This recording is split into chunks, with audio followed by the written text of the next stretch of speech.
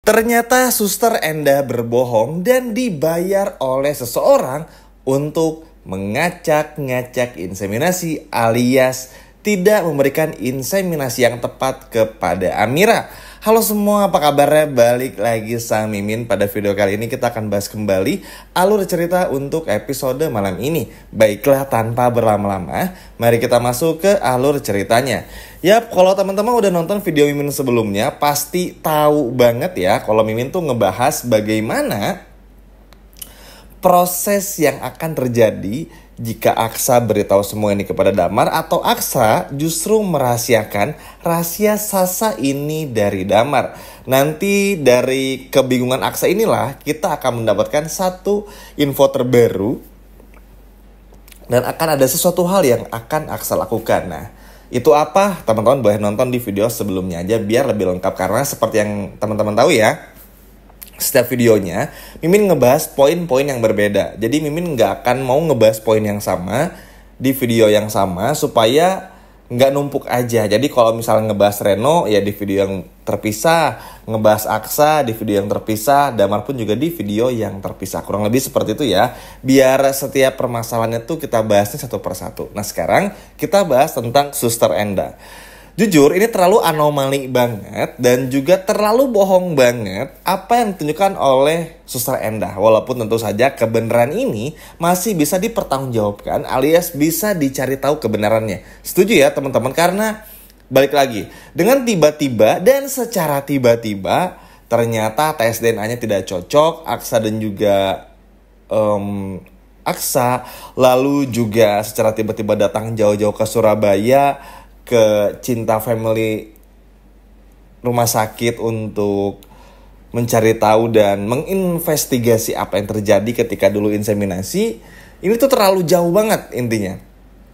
Sehingga ini bisa diasumsikan kalau memang ada sesuatu yang aneh dari Dokter Enda. Yang pertama simpel aja.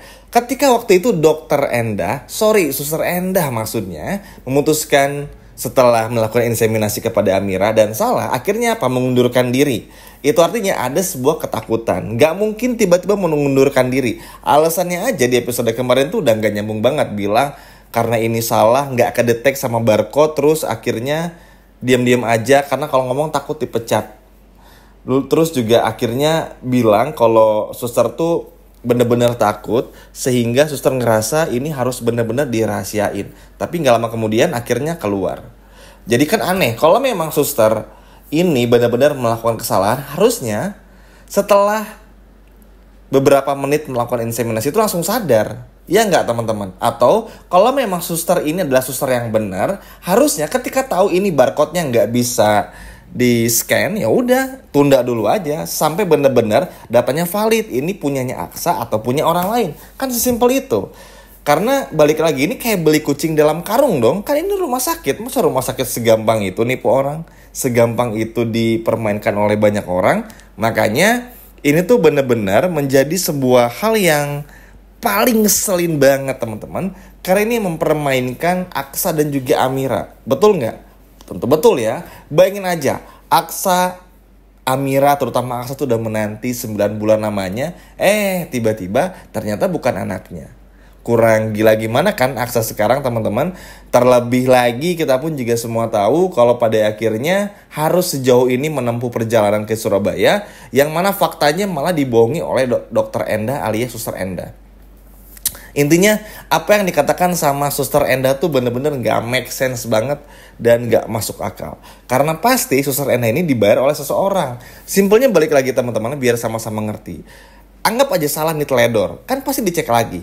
Kalau misalnya barcode-nya nggak nyala nih, seperti yang Min katakan juga barusan, ya udah kalau ragu ya jangan. Karena ini tuh tentang hal yang sangat sensitif, oke? Kalau melakukan inseminasi di Indonesia tepatnya, harus pasangan suami dan juga istri, pasutri. Nggak bisa tuh orang pacaran belum menikah tuh nggak bisa. Kalau di luar negeri seperti di Amerika, seperti yang udah menjelaskan juga di video sebelumnya, ya bisa. Karena di sana kan ya bebas-bebas aja, sesuka hati lo aja. Tapi kan kalau di Indonesia ada aturan agama, ada aturan mainnya yang mana ini nggak bisa dilakukan seenak jidatnya. Makanya teman-teman ngelihat Suster Enda seperti itu tuh bener-bener ngaco banget, nggak masuk akal banget. Sehingga pada akhirnya ini simpel dan bisa disimpulkan hingga sejauh ini so far ya, hingga episode malam ini, Suster Enda dibayar oleh seseorang yang memang sengaja untuk menukar inseminasi tersebut. Intinya sih Suster Enda dibayar supaya Amira nih nggak mengandung anaknya Aksa. Kira-kira menurut teman-teman yang paling possible dan yang paling mendekati pelakunya siapa? Bella kan, nggak ada lagi yang lain teman-teman. Karena dulu Damar belum ada. Oke, Mawar juga, istrinya Damar pun juga belum muncul nih. Sehingga ini nggak masuk dalam kategori orang yang bersalah, Damar dan juga istrinya. Terus Galang, nggak mungkin waktu itu Galang masih dalam tahap baru ada musibah, Galang masih terombang-ambing di lautan, dan pokoknya masih belum kalau Galang. Jadi Galang kita keluarin dari daftar penjahatnya atau pelakunya. Sehingga yang paling memungkinkan itu adalah Bella.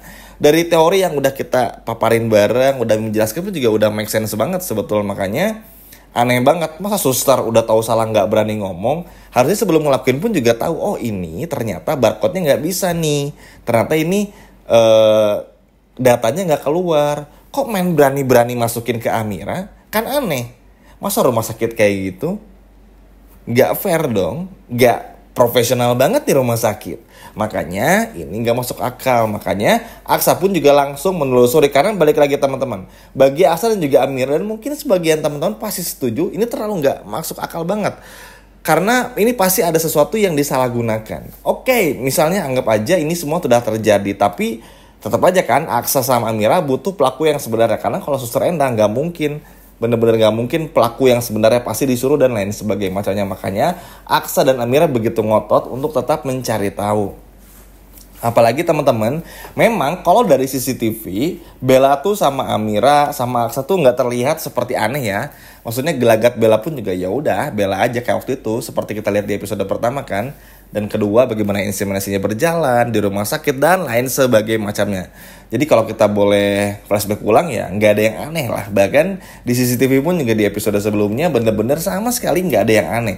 Bener-bener bener-bener normal aja aktivitasnya. Tapi kan kita nggak pernah tahu di belakangnya Bella membayar Suster Endah kah?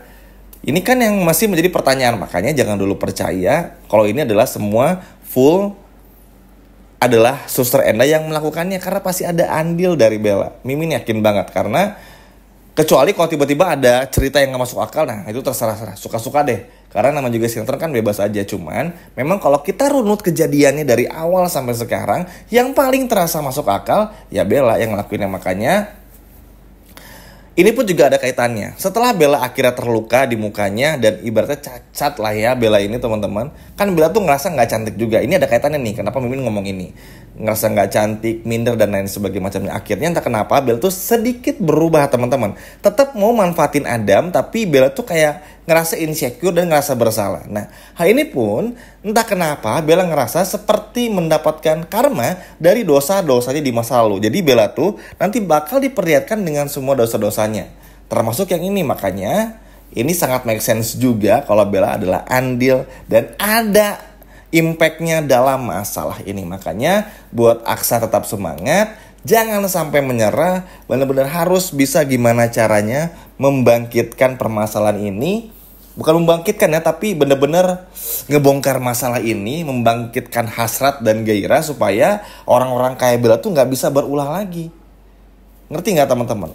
Oke, di episode kemarin kita nggak lihat Galang dan Hilda. Tenang hati kita kan, happy banget lah. Aksa sama Amira lebih banyak porsinya, meskipun harus mendapati kenyataan yang cukup pahit ya tentang DNA dan harus pergi ke Surabaya menemui rumah sakit Cinta Family dan juga Suster Enda. Tapi kan tetap aja kita nggak pernah tahu apa yang terjadi ke depannya. Bisa jadi ada kejahatan-kejahatan Galang yang berikutnya, Bella yang lainnya dan lain sebagainya macamnya. Makanya ini bakal diusut tuntas banget supaya benar-benar ketahuan apa yang sebetulnya dilakukan oleh Suster Enda, siapa yang menyuruhnya, dibayar berapa, dan apa motifnya. Kurang lebih seperti itu. Karena kalau sekali lagi nih, kalau boleh diulang dan ulang, motifnya udah jelas. Di waktu itu, di momen itu, 9 bulan yang lalu, ya cuman Bella yang terafiliasi dengan kegiatan ini. Jadi ini sudah bisa dipastikan sejauh ini adalah Bella. Kira-kira kalau pada akhirnya Bella ketahuan bayar suster Enda, kira-kira hukuman apa ya teman-teman yang pantas untuk si ular Bella? Coba kalau teman-teman ada saran boleh komen di bawah. Sekian video dari Mimin dan sampai jumpa lagi di video berikutnya. Dadah.